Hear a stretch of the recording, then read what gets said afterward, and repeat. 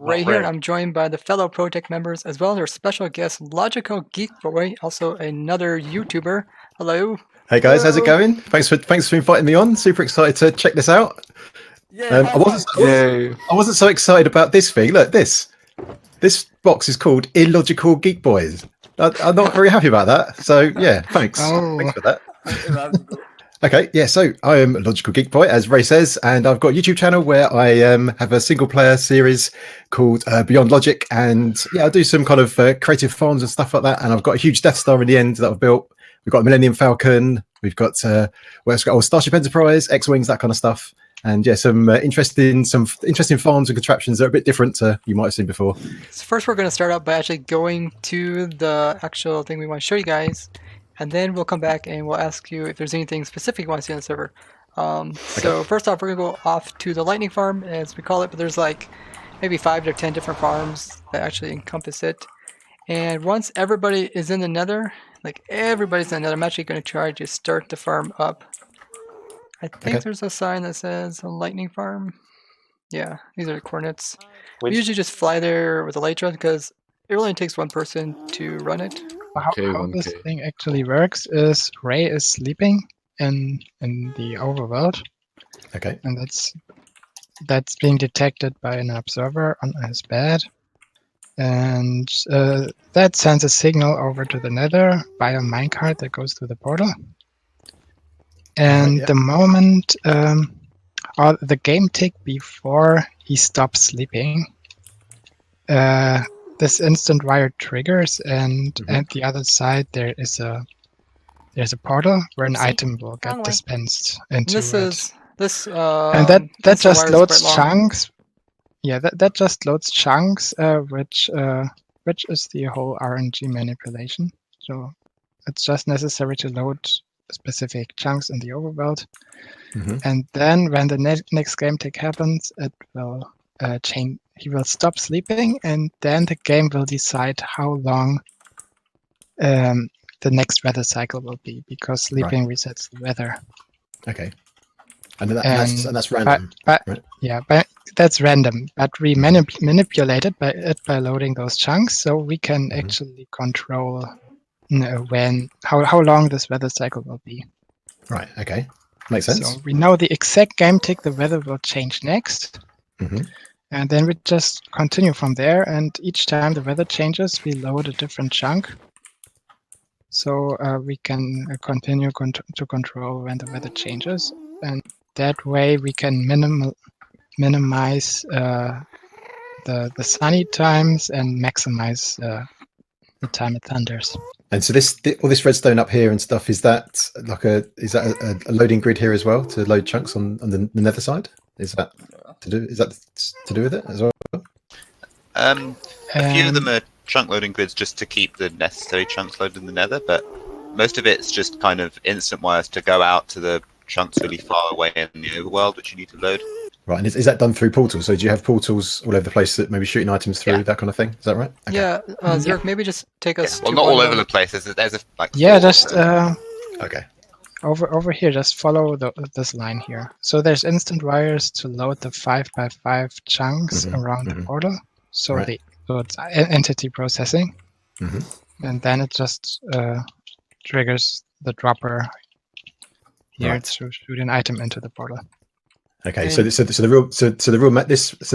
works. The magic behind this is to load the right chunks at the right time to control the random numbers that Minecraft uses, and that means you can control the weather. Yeah, and the nice thing about loading it from the Nether actually is that the overworld is already done processing, so there's nothing that can interfere, or there's almost nothing that can interfere with the random seed after we loaded it from the Nether. Right. Okay. So we've all left the overworld. So if there was a player in the overworld playing that kind of thing, would that interfere with the random numbers that goes on? It can might, do, but only very rarely. Okay. Yeah. So basically, sometimes it stops. You'd have to like walk across the chunk on the exact same game tick as the weather changes, or you'd have to like. Right. Oh no, not even that. I think it's just completely different things. We have the game internally has a weather cycle and a thunder cycle. So those are independent, and it's there's only thunder going on if both coincide. Right. So we actually have to manipulate the weather in a way that those always coincide as long as possible. It's pretty hard to find locations that give you an exact value for the duration of the weather cycle. So we just actually use one rain cycle, I think, and 2 thunder cycles, or maybe the other way around. And we just switch between 2 of them to keep both in sync. So in terms of these locations where you have the portals, like what's special about that particular location, that chunk, I suppose? The code that resets the seed has something to do with the generation of the mentions. Oh, right. There aren't any mentions generated, of course, but resets the seed anyways for some reason, for some weird reason. That's just some leftover code there, I think. Well, it needs to pick a location in it. It's just because Minecraft is a messed up code base. It uses the same object for the world's randomness and for generating and for finding the locations for the mentions. Okay. So it resets that to a known value, and that value depends on where you are and where in the world the chunk is that is getting loaded. So the game tries to find a location for a mention in each 80 by 80 chunk area, and so the seed for each 80 by 80 chunk area is different. We just need to load any chunk in that area. Oh, I see. Okay. And Earth Computer wrote a tool to find those areas. We can know. So basically, once it's picked a spot in the 80 by 80 area, it then checks if it's a roofed forest, and then if it is a roofed forest, then it spawns a mansion. So you have individual lines that go away from this, and then you actually mark them with these signs. So we're just lagged. So maybe just point out each of these signs and kind of explain, like, one, like, rain turns on, rain turns off. Yeah, that's just wires going on to different portals here. This wire gets triggered whenever the rain cycle turns off, so when it stops raining. And that exact game tick, it's going to trigger the dispenser or the dropper at the portal. And then there are those 2 cycles that I mentioned. This limestone counter is actually a binary counter. You can reset it, and then it starts counting down until it reaches 0. And then you pre-programmed it with the right numbers? Yeah, yeah, exactly. I just programmed it with the exact number of game ticks. The cycle is long. So it's precise to 1/20th of a second? So how long did it take to kind of like design this and come up with it? So I guess this kind of starts off with like an idea, a concept, but then how long does it take to actually get a working system like this? Yeah, what we first did 3 months was or just a couple of months, wasn't it? I think it was about 3 months. Yeah. Oh, yeah. Maybe it was some time ago. The lightning farm is actually going off right now. So if you guys want to visit the of... lightning farm, maybe we should take a look at that. It's a little bit complicated. You can't stand in every spot.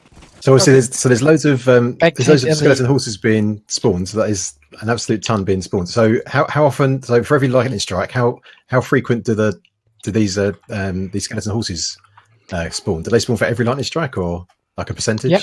Yeah, it's 100% chance. 100%. Wow. That's exact. That also has to do with except when it redirects, like I said. Right. Okay. I see. Okay. Yeah, that also has to do with the same mechanic that the weather manipulation depends on. So the spawning, the generation of the mentions. The same seed is used for determining whether a lightning strike spawns a horse. Yeah, at first it's used to... And whether the lightning strike appears. Even. Yeah, both of those. So first it determines if a lightning strike appears, and then with the same RNG, it's trying to find out if it should spawn a horse. And we found a location where it would set the seed, so both happens, always. The only thing we can't control is where exactly the lightning strike will strike inside of the chunk. We can pretty much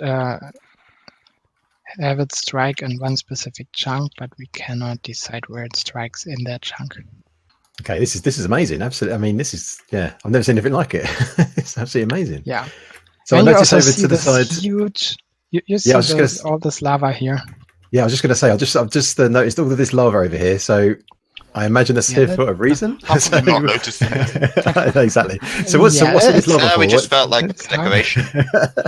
Yeah, that was Earth Computer Space, and we griefed it. No, that I can believe. That I can believe. So what is this lava? What is this lava doing? What is this lava doing? Basically, the location we picked, having a lightning strike spawn and a skeleton horse spawn is like, you know, really rare. And if we wanted to do it without the lava, we would have to go really, really far out. Like, if I remember correctly, 100,000 blocks or so, like really far out. But you can move it closer if the seed it like resets to is not quite perfect. You know, the seed is a little bit before in the sequence, and then you call random a few extra times to get it into the right place, if that makes sense.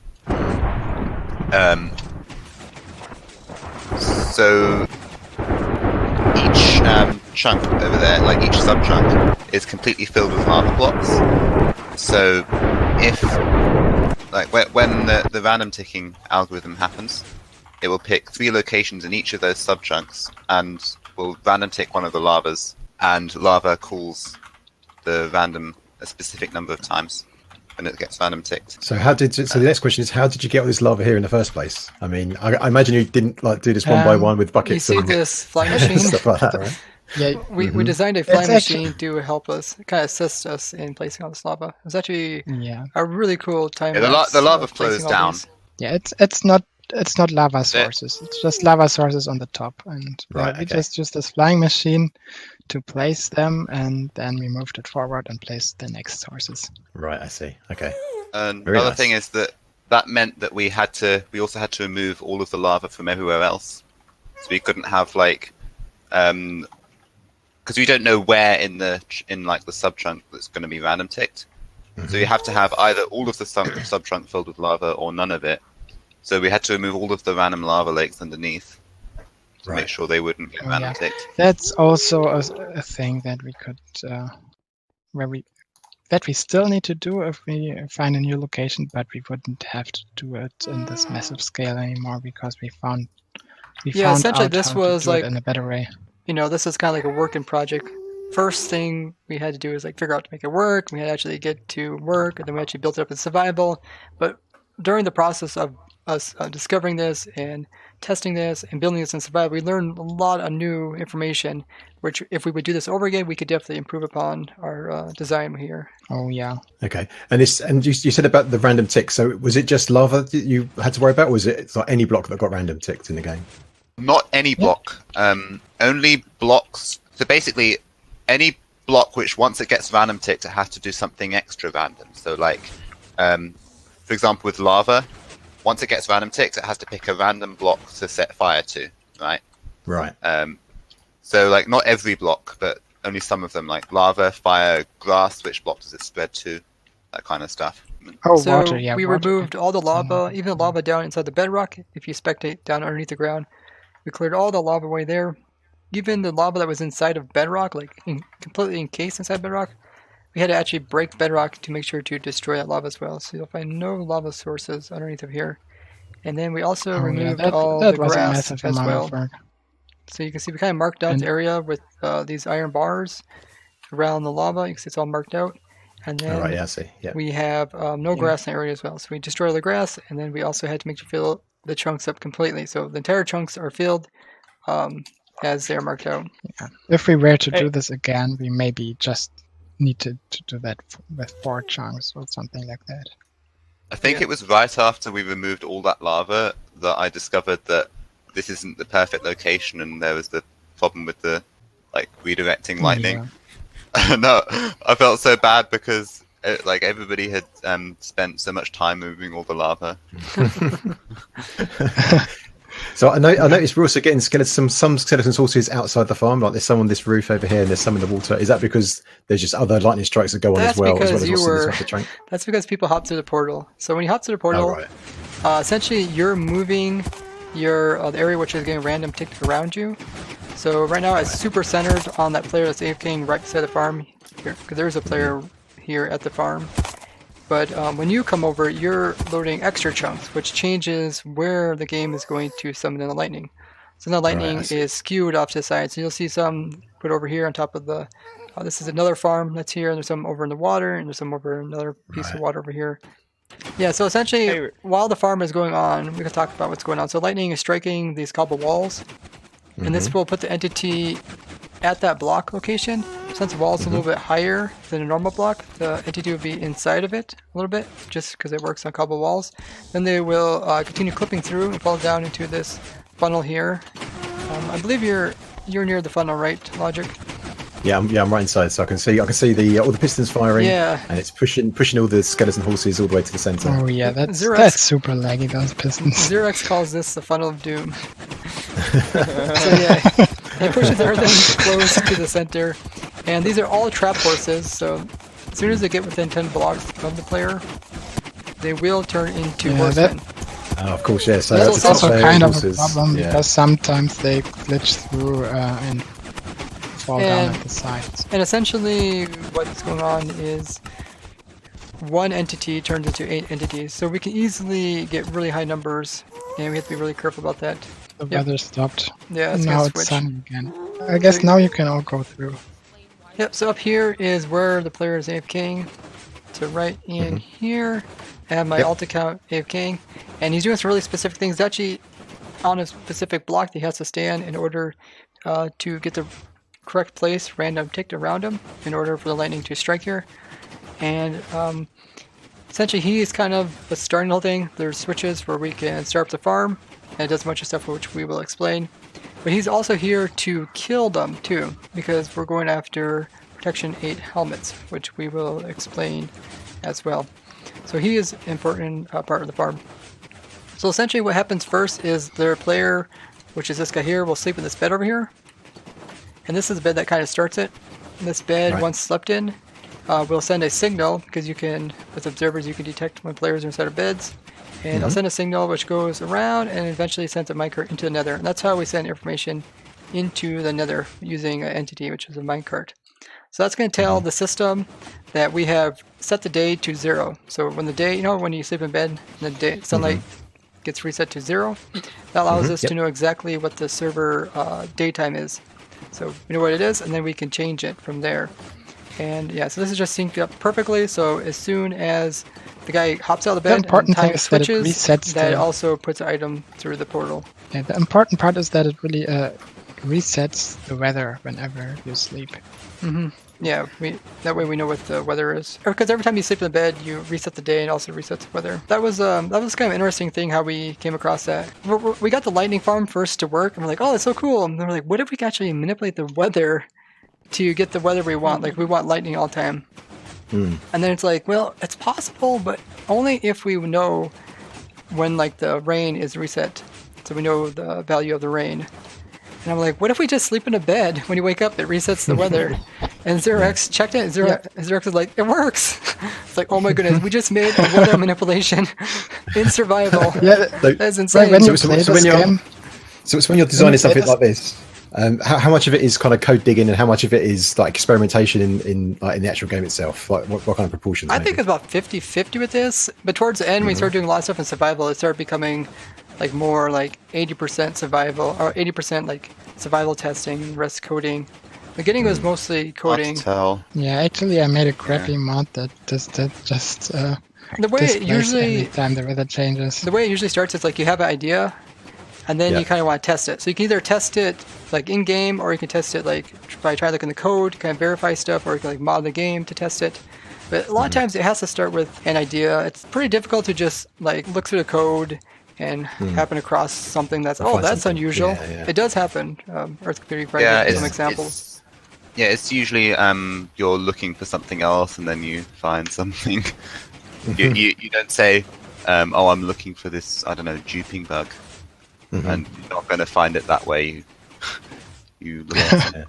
Yeah, the way I come across most things is I notice something that's not normal, and then I investigate. So like, how I showed how you could fly a minecart or a Minecraft without any light shot using that minecart and a fishing rod trick. So I first discovered that you could like move yourself with the minecart, and I was like, this is strange. Let's investigate this. So we test like a whole bunch of different things, trying to see what else we could do with it, and then we discovered that you can actually fly with it. Right. So it kind of starts with just noticing something odd, and then like pursuing it. And if you kind of have some back knowledge of the game, you can kind of try to pursue in different areas that you think may come out with a better outcome than your previous discovery. Flying with minecarts is my favorite bug in this game by far. I think it's been in the game since like 1.9, I think. I was just going to say, with that kind of explanation of how you find stuff, I guess that's similar to how I find stuff as well. Like, yeah, I'll have an idea about a particular farm and then like go through lots of different iterations in creative to get to a point where it's pretty good. Yep. So after we send that minecart through the portal and it kind of starts it, then we have to wait all the way until it turns almost nighttime for the weather to actually switch, because you just slept in bed, so it can't produce like rain right away because you just reset it. So then when it can rain, then that's when we make it do rain, and then when it rains, and then it starts thundering. So then after that's all kind of on the nether side that you guys seen already. So after that occurs, then we kind of have some other circuitry to help keep it going.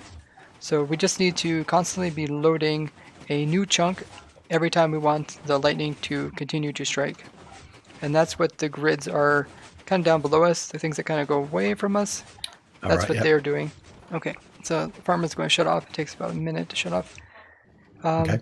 Oh, we just got one of the minecarts back. That's changing some more information. That actually turns off farm. Yeah, we actually have a off switch for the nether too, and that's what this minecart does here.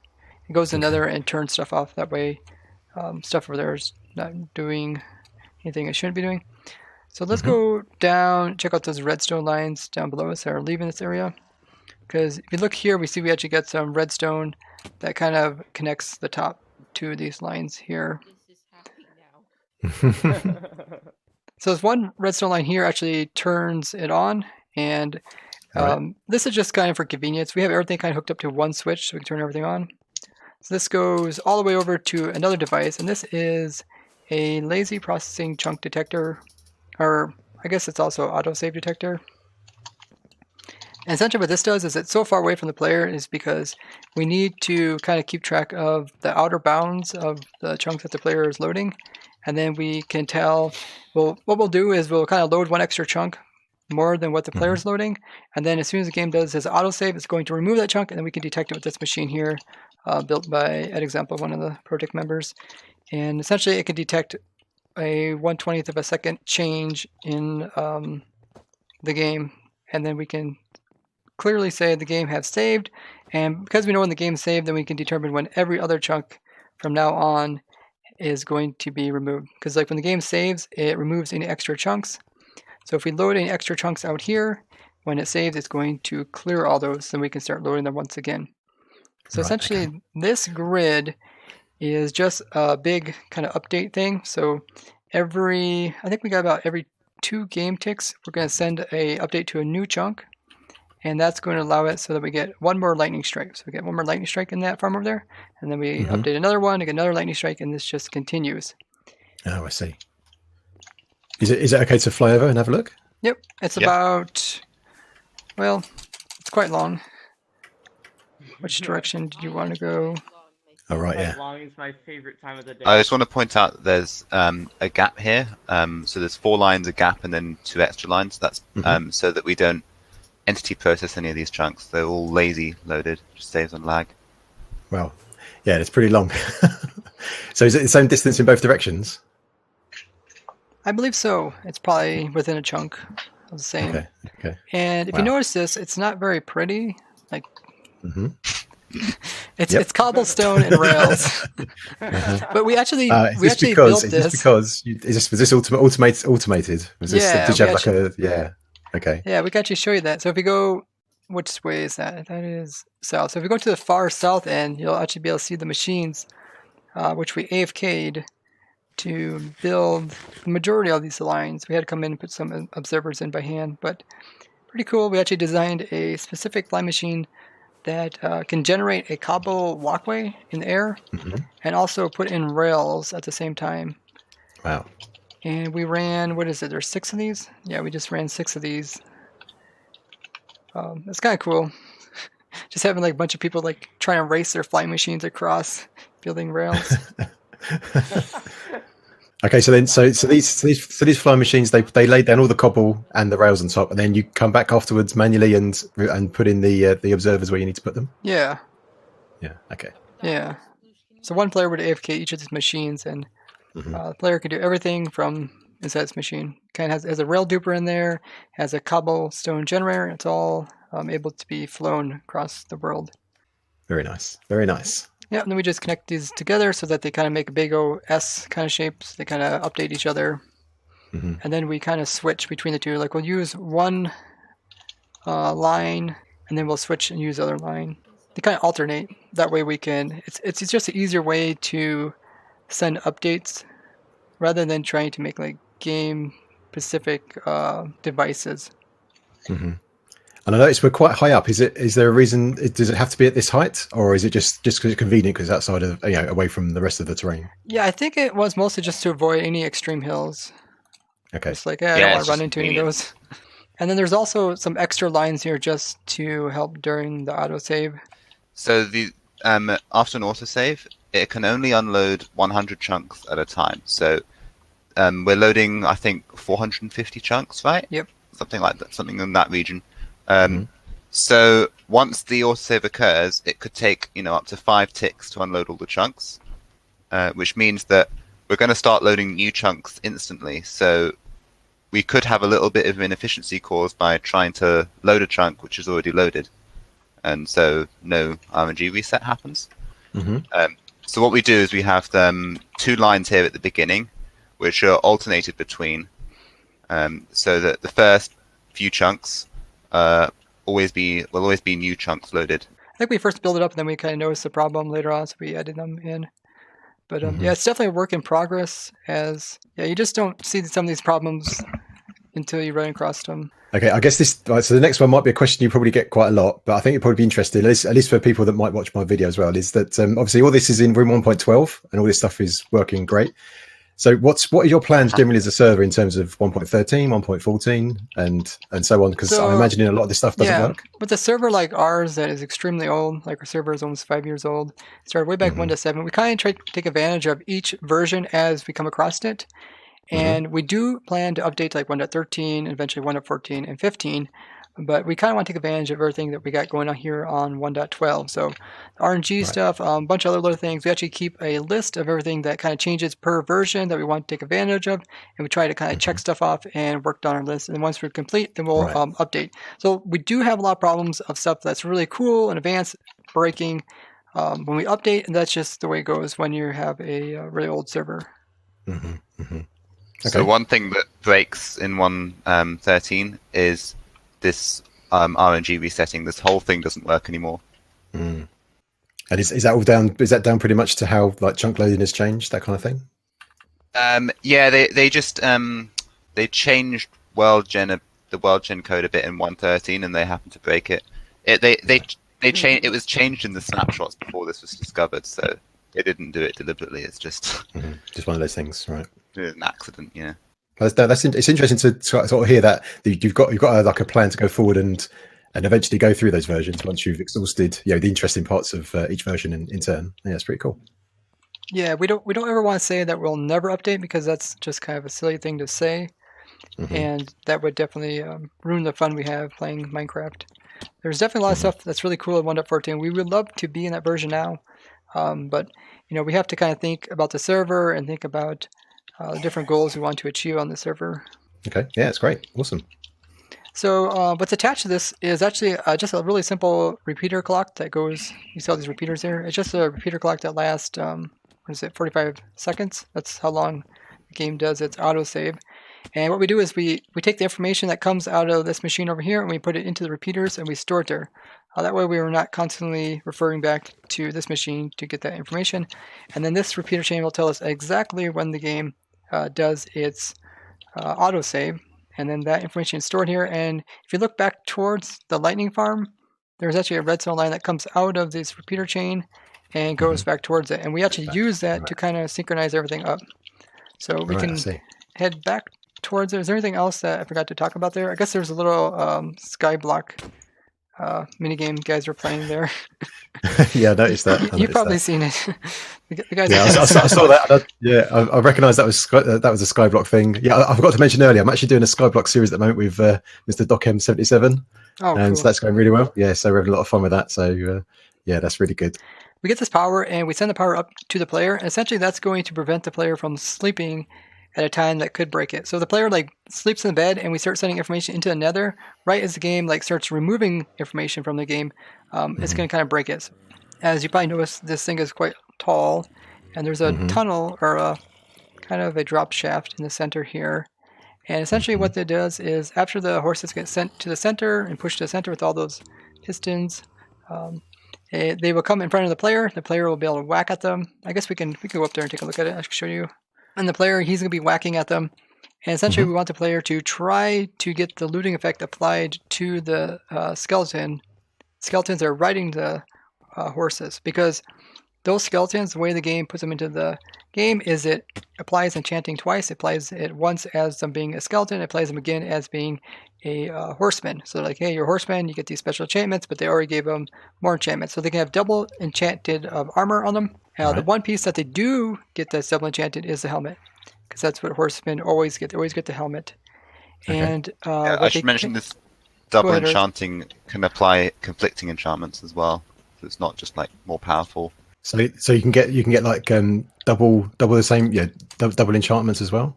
Yeah, so we can get like protection 8 as well as protection 6 in survival. Wow. And it actually works. Yeah, you can get projectile, normal projectile, you can get it on a diamond helmet up to 6.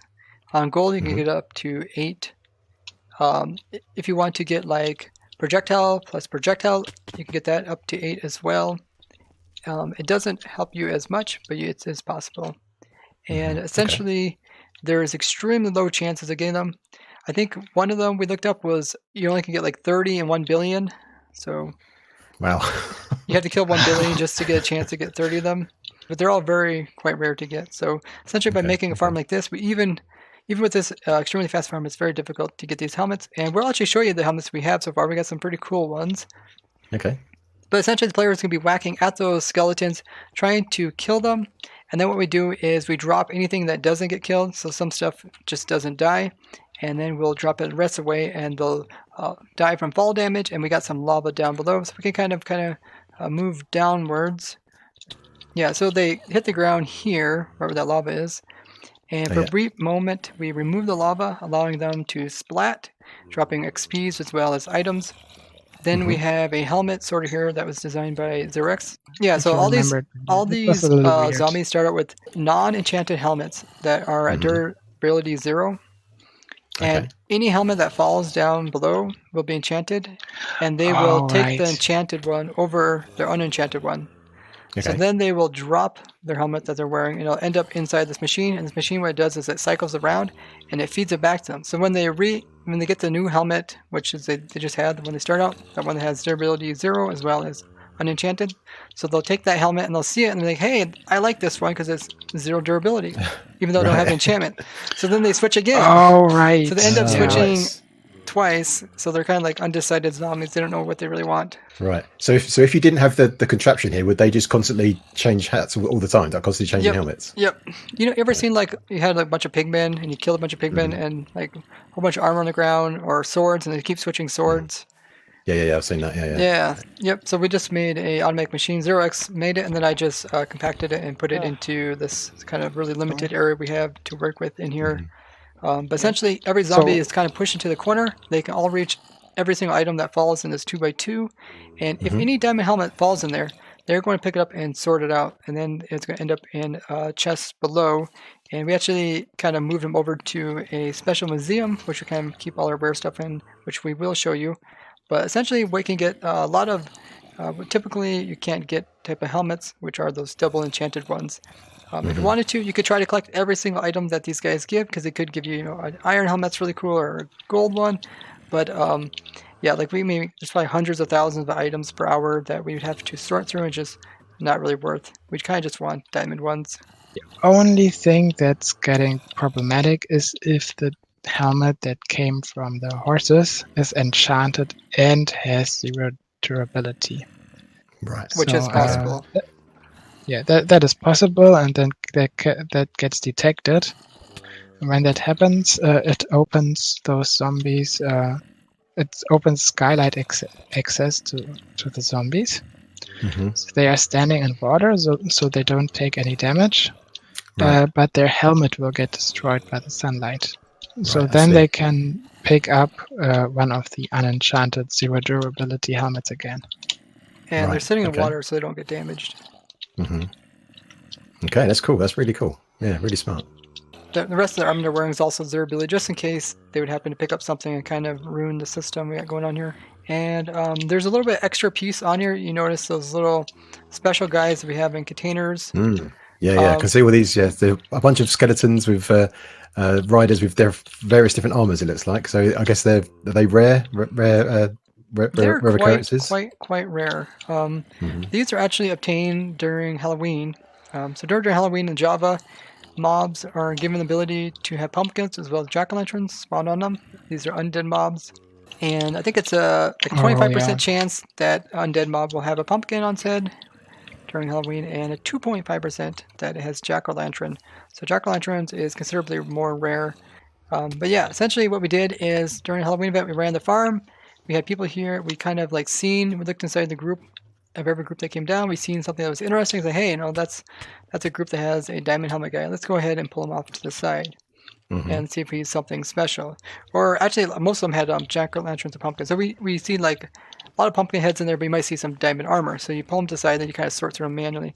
So that's what we did. We kind of have some redstone here that just kind of pulls them off to the side, and we put them into like little chambers, and all these chambers down below could hold different ones. And then we just had players kind of AFKing here and manually kind of sorting out the ones that we wanted. We found something interesting, then we went to the side and we pushed them in these holding cells that we just put up here on the side. That was such an insane day. We used up so many fishing rods. Oh, yes. Turn on statistics. We have statistics on the server, so we can show you different stuff. Use fishing rod. Yeah, so my alt account. Wow. Yeah, you don't really see it. Those are mostly from AFK fishing. Here, how we go? Depleted. Depleted. Fishing rod Depleted. However you write that, I don't know. For breaking. There it is. I just barely surpassed you after you logged off. But yeah, essentially we broke a lot of fishing rods. So I broke over 600 fishing rods sorting these. And we got some extremely rare ones. Some of these are as rare as 1 in 1 million. I think actually most of them are probably. Yeah, I noticed there's a diamond guy. Yeah, this guy here. I think we collected 48 diamond guys during the event. Wow. We just stopped keeping them. We had so many.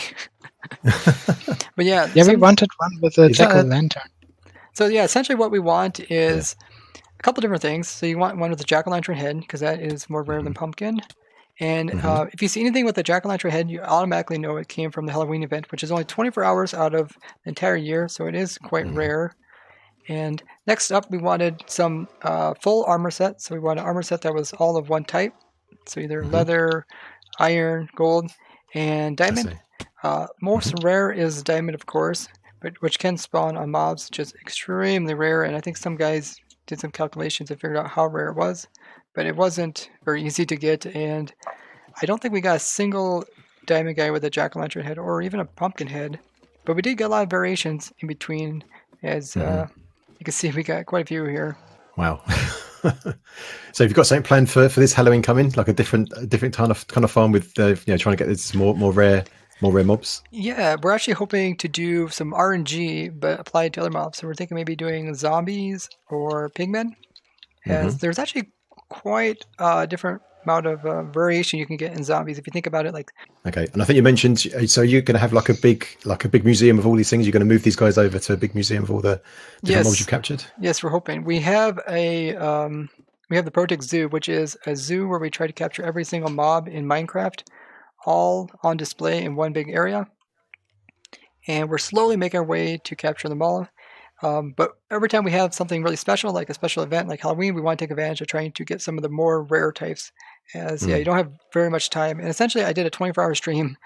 I used all 24 hours to try to obtain these guys. So it was really cool. Oh my gosh. That's a long time. Yeah, 24 hours of playing with fishing rods, essentially. Amazing content for the viewers, I bet. Fishing rod simulator.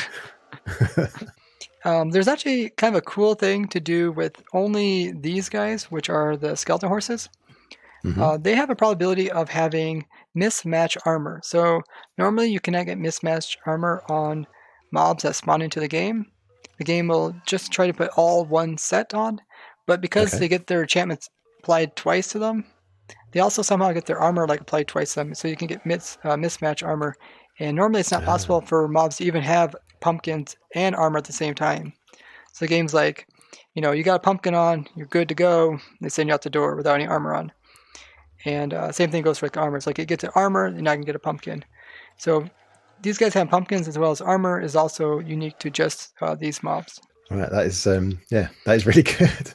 Yeah, I mean, there's a lot of dedication to kind of obviously design all this. I mean, if you think back what it takes to get these guys. I mean, all the design work for the farm in the first place, the discoveries, building the whole thing up in survival, and then doing all the AFKing to get these guys. There's a lot of hours that goes into to obtain like these kind the of initial things, farm, and then like mini projects that kind of break off of the initial farm. And so it's cool. It's like, people ask like, what do you call this farm? We call it Lightning Farm, but there's actually, like I said, 5 to 10 different farms that are a part of this. And this is just like one of them, like saying, hey, I could get a farm that gets these really cool mobs. That's a unique farm in itself. Yeah, and of course, this obviously something like this, like you say, it's a combination of lots of different farms. So on the server, do you have people that sort of specialize in different areas of the game where you can all collaborate and then bring those skills together to make something like this? Oh yeah, most definitely. Yeah, it's really cool, really good stuff. I'm a coder. See, I sometimes have good ideas, but I don't have the time to pursue them. So I'm like, hey, this guy's really good at something. You want to help out, pursue this idea. Like I think Earth Computer the other day, we looked into something that was kind of cool. Far out, we're about 6,000, 8,000 out. So it's going to be a little difficult to get these guys back because you can't take nether portals because they are riding each other. And mobs that are riding each other can't go through portals. Oh, right. There's a whole other challenge there. So there's probably some technical challenges there to, maybe some build some fly machine, maybe. Fly machine. Yeah, I was going to say some kind of fly machine. And you can't put horses inside of minecarts, or boats. So you're going to have a lot of fun. Okay, well, I look forward to seeing that one when it's done. That sounds cool. So there's a whole bunch of different variations of these. I think one of the ones I like the most is it this one up here? I think this is the chain guy with the jack-o'-lantern head. Okay, maybe one of these has jack-o'-lantern head, and we don't got too many of jack-o'-lanterns. The ones with jack-o'-lanterns, of course, the ones I like the most. I guess this leather guy has jack-o'-lantern as well. But yeah, they're my favorite. As like my avatar is like this pumpkin or jack-o'-lantern headed guy. And so I really enjoy those guys.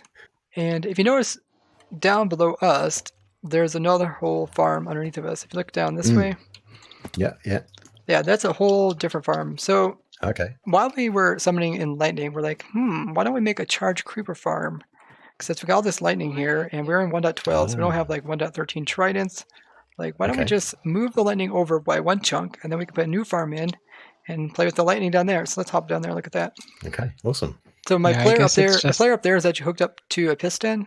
So every so often, the player normally runs the lightning farm, but then every so often he gets shifted over by about half a block.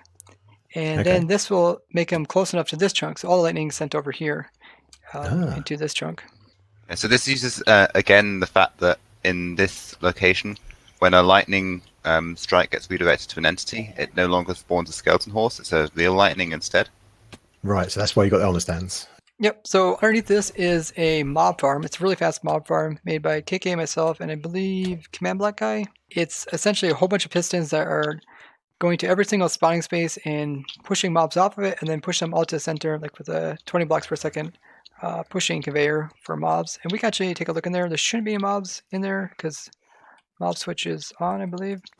Okay, so the pistons are here. Right, so mobs spawn on these platforms here. The pistons push into the middle, so they fall down this little trench, and these slime blocks push the creepers all the way along until they get to the center, which is here. Right, so there's some water underneath, I see. Yep. So the creepers fall into this water? So right before they fall, what we do is we synchronize this with the player up above. So we shove the player over at the exact same time the creepers are just above these armor stand lightning rods. And essentially what that does is it makes a lightning strike over here, and all the creepers that are right here are going to be converted into charged creepers. Then they are dropped down into this hole, and once this hole, they becomes kind of like a big, huge mosh pit, where we have creepers, zombies, and skeletons mostly. And if you look through the little peeky hole, and beyond the peeky hole, and beyond the little armor, or the little shield there, you see there's an armor, or iron golem. And the skeletons will bob in the water. They'll see the iron golem, and they'll try to take a shot at him. And their arrows will get deflected by this falling sand entities. These are entities on the fence post. So the arrows won't be able to affect them. And essentially what they'll accidentally do is hit a creeper in front of them, which will be a charge creeper. And then the charge creeper will get mad, and he'll go boom, and he'll blow up everything in here. And for every charge creeper that blows up, every mob they kill, they will drop 1 skull. Yeah, every creeper that blows up will drop 1 skull. But then, yeah, we have some hopper minecarts that pick up all the loot, and then if you look around near the area, you see there is a bunch of, these are just sorting systems to sort all the items. And we essentially got a really, really fast mob farm too. And if you look at some of these sorters, I don't know if you can see my spectator count, but towards the end of the sorters, there is the sorter to sort out mob heads or mob skulls. Yeah, I was going to ask. I saw in one of the chests there was there's a chocolate box full of music discs as well. Oh yeah. I guess you're underneath. Yep. So we have music discs is something I didn't even think about, so I actually had to add a sorter in later on. But yeah, we got shulker boxes full of skeleton skulls, zombie skulls, creeper skulls. We got more back at our storage system too. And the last one is everything that is unstackable, everything that comes to the very end, I believe. And just happened to be that we get a lot of music discs as well, which is kind of funny. So people ask, what type of farm it is. Like, is it a mob farm? Is it a skull farm? Is it a music disc farm? I don't really know. So yeah, so all the loot get packages into shulker boxes, and if you hop down, kind of follow the way where all the loot goes, down here where the shulker boxes are, and they just get put into all these chests way down here. Yeah, go ahead and hop down here. So you can see all these chests, you open them up, they're just full of loots, tons of loot. So I see. Right. We don't know what to do with all these loots, but yeah, we got, this produces a lot. It goes all the way up, almost to the top, full of shulker boxes. So I don't know. What are we gonna do with all this? Who knows? It is kind of far away from spawn to transport it, but yeah, essentially we're just here for like the skulls, and if people do need something else, I guess they can grab it. So have you got any plans for the skulls themselves? I mean, obviously, I guess part of doing this stuff is to like collect those kind of items in an insane quantity. Yeah, if you ever have like a project where you want to put in some skulls, like we just got a whole bunch, and you don't really have to think about trying to obtain them. You can just work on your project and just pick them up. I think you can do fireworks with them. Oh yes, fireworks. Yeah, that's what we did. Yeah, during when we reached day 100,000 on the server, we had a special celebration where we made a whole bunch of creeper-faced fireworks and shot them off during spawn. Okay, yeah. I think you can also use them on banners as well, right? True. Yeah, in this version, yeah, you can. Okay. Yeah, if you hit F3, you can actually see what day it is on server. For over day 123 or 126,000. Oh yeah, 126,150. And counting. That's a long time. Yeah, so there's quite a few different farms in this all-in-one, and we did have to kind of be careful where we put this farm and different stuff that we added to it, because different blocks, like the guys were saying before, can cause updates. We didn't want those updates to interfere with the lightning strikes. Right. So I noticed, obviously, in the farm there, you've got a few bits and pieces of lava here and there. So that doesn't interfere with what you were saying earlier about having lava source blocks. Nope. Is that because it kind of affects particular chunks? So all these marked out chunks over here near the lava wall, those are all important.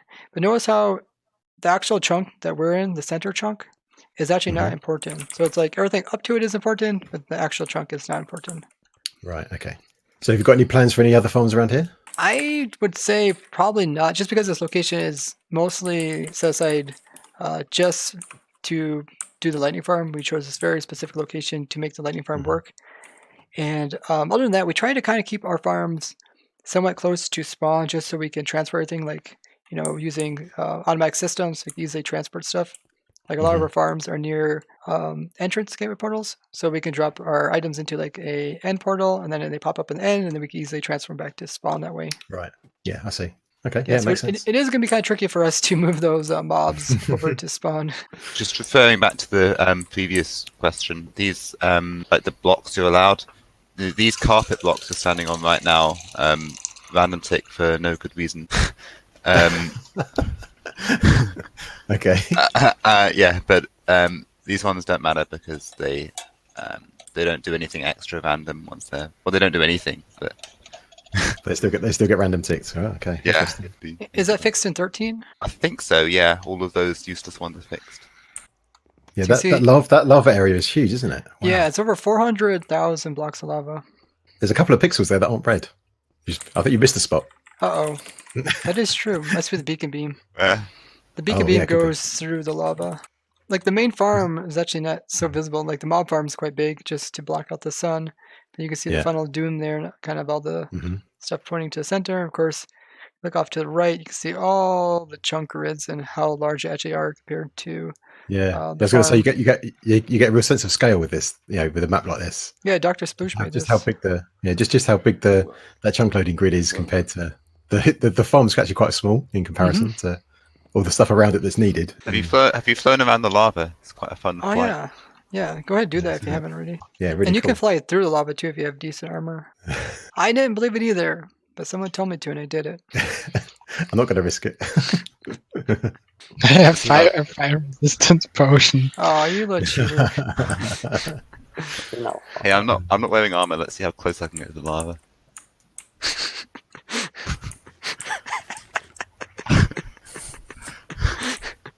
This is like, oh, you got touched. Now you got to fly through the water.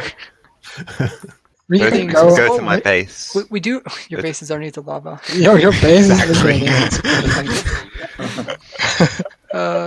Yeah, the running joke is that Earth Computer's base was here, and every time people would come and ask what all the lava was for, we said that we were pranking Earth Computer's base with the lava.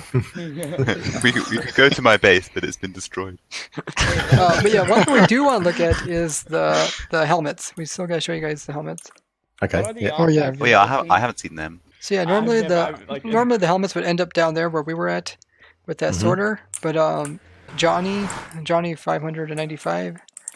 He is working on kind of the museum and collecting rare stuff, and so he took all the rare stuff and put it there. So we'll go there and check it out. So we can head back to spawn, which is 00. If you ever get lost in the Nether, always head near 00. You'll find your portal. Yep. So part of the zoo area, we're adding places where we can store rare items as well as rare block types. So this area here is kind of dedicated to rare items. A lot of rare items around here. And the one we're talking about is the helmet. So if you look into this one's here, you can see how they have double protection, different types of extra protections. Yeah, I can see. Yeah. Wow. You got even things like you get this one here. This third one along has got double aqua affinity. Even. Yep. So you can get a lot of different variations. But the only thing that actually helps you in survival is the protections. Right. So the other one, so there's like, for example, there's one here that's got Unbreaking 1 and Unbreaking 3. That doesn't stack to be like an Unbreaking 4 or something like that. Correct. But the protection ones do. So if you've got multiple protections, then they do stack and do help in terms of protection. Here is the best one we have: Projectile Protection 3 and Projectile Protection 4 on one helmet. So that adds up to 7. That thing was pretty lucky to get, I guess. We got it really early on too. So what's the plan for displaying these? Are you going to have them in shulker boxes to look at like that, or are you going to put them on armor stands, or anything else? I think maybe a chest or shulker box. You can also look at some of the other items we have around here, and they're just displayed in shulker boxes. Maybe you could add a book as well to explain like how it was obtained, or why it's rare. If people come along and say, "Oh, I wonder why this is rare." So here's some more double stuff. So that gold helmet there was actually, if you look at this gold helmet in here, that was actually obtained prior to making the lightning farm, if you can believe that. Oh wow! So how did you do that? Was that just from a skeleton horse that's just spawned in the world naturally? So yeah, it was actually during the build of the lightning farm. We started building it, and we just started removing some grass, and then a lightning storm started. And even in that circumstance like that, it's actually a really, really good lightning farm, even before we build anything else. So we actually had like hundreds of it was kind of in the right area. Yeah, so we had like hundreds of Because horses. it was in the right area, we got more lightning than usual. Right. And the lightning that did strike always spawned a skeleton horse. Someone just happened to kill one and got one of those. So do you have a main goal? So is the main goal of the server to do what you're doing here, like collecting all the different mobs and items that are eventually going to be discontinued in future versions, or That's kind of like one of the goals. The main goal is to try to push the limits of what can be done in vanilla survival. So we just have like crazy ideas, like, I wonder if this can be done, and then we actually go for it. And then a lot of times this stuff that you see here is just kind of stuff you run across. Kind of like how we talked about earlier. Like you don't go after stuff, you just happen to come across it. While having fun doing it, of course. Yeah, of course. Oh yeah. Well, so have you got any plans for things you haven't built yet that you want to, like maybe some sneak peeks or some inside information? World border. That's the big one. Going to all the world borders. That's definitely going to be a world record. Possibly some more RNG farms. Yeah, that'd be fun. You gotta do your pink sheep RNG farm. Oh yeah, that was a fun one. Is that what you can get a pink sheep every time? Every single time? Oh, wow. Because they how rare are they in survival normally? Oh, I don't know. One in 750, I think, something like that. Right. I don't think I've ever seen one, but I know they're rare. But here, nice one. Before you leave, I want you to grief our server by placing some blocks over here. If you want to place some blocks on top of this beacon, maybe some solid blocks. Here, put some solid blocks, just so we can say you grief to the server. This sounds suspicious, Ray. Okay. You can't put it here though. That's one spot where you can't put it. But go ahead and place it anywhere else here, wherever you want to place it. I can't. Just place it down. You can go ahead and grief it. There's no placing. It's okay, Logic. You can do it. If you want to. What have you done? What have you done? Oh, not that one. Okay, yeah, I can't place any blocks. Well, thanks very much for inviting me, Ray, and everyone else. That was really nice of you to do that. And yeah, really enjoyed having a look around. And yeah, really cool stuff. Really impressed with the kind of stuff you guys do here. It's really, really impressive. Yeah, thanks for coming on. I really had a lot of fun showcasing all this stuff to you. Maybe someday you'll even join. Who knows? Who knows? Who knows what might happen in the future? Lots of fun. So, see ya. Anyway, okay, guys. Thanks very much. Have a good one, Logic. See you later. Wait, no, my kill. Oh, oh no!